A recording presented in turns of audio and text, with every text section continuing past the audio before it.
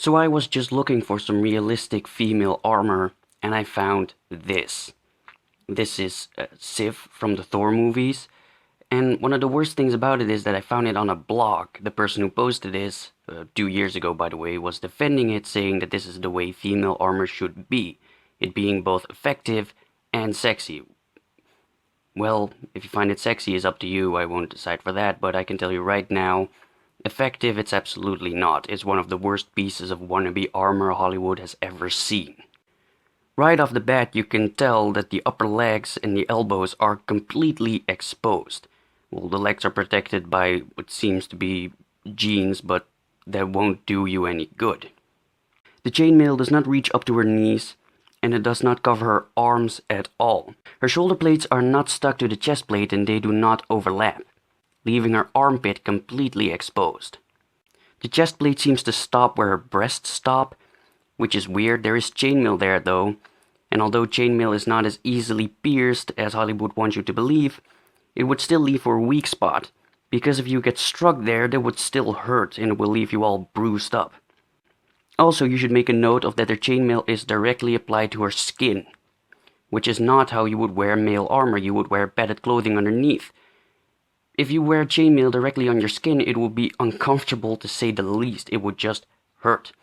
And also, the padded clothing will reduce impact. If you do get hit on the chainmail, it would not hurt as much because you have clothing underneath, thick clothing, like a gambeson. She does not wear a neck plate, leaving her neck obviously a huge target. And also, by the way her shoulder plates are formed, if she would get a strike on the shoulder, the sword would just slide off and directly chop her head off.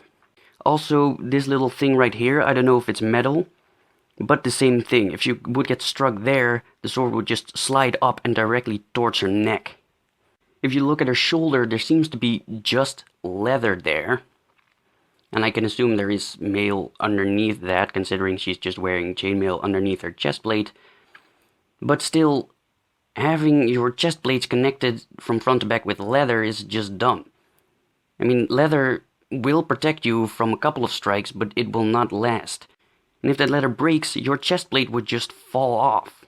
I also wanted to make a note of the shield. As you can see, it is obviously very small, which would not be that much of a problem. But as you can see in this picture, the shield is rounded. It's a little bowl, which does make this a problem. Again, incoming strikes would just slide off, and because the shield is so small, the attacks that slide off will still hit you. Also, her shield is a kite shield that is made of metal. In history, kite shields were always made of wood. There might have been a little bit of metal, but mostly wood. That is because kite shields were usually used by cavalry, and they were designed to protect both the rider and the horse, a large part of the horse, from arrows and light javelins. So a kite shield would always be flat and wood, so that arrows would get stuck in the shield, not bounce off. Metal kite shields would just be way too heavy to actually use. If it's this small, it would not be too heavy, but like I just said, it's not effective. Tiny shields could be made out of metal and be really effective, like for example take the buckler. But a buckler does not have these problems. A buckler is designed so that incoming strikes do not slide off, but in fact are trapped. They get stuck between the flat piece and the ball on the buckler, and then you can move them out of the way. Also, a buckler is held in one hand, and the ball on top, or the spikes in some cases on top, allow you to strike with it. She wears this shield with a strap, even though it's so insanely small. In theory, you could say that if you are that good of a swordsman that you do not need this protection, that you can simply deflect everything with your sword, then it would be alright. And yes, in theory that would be true, but her sword doesn't have a guard.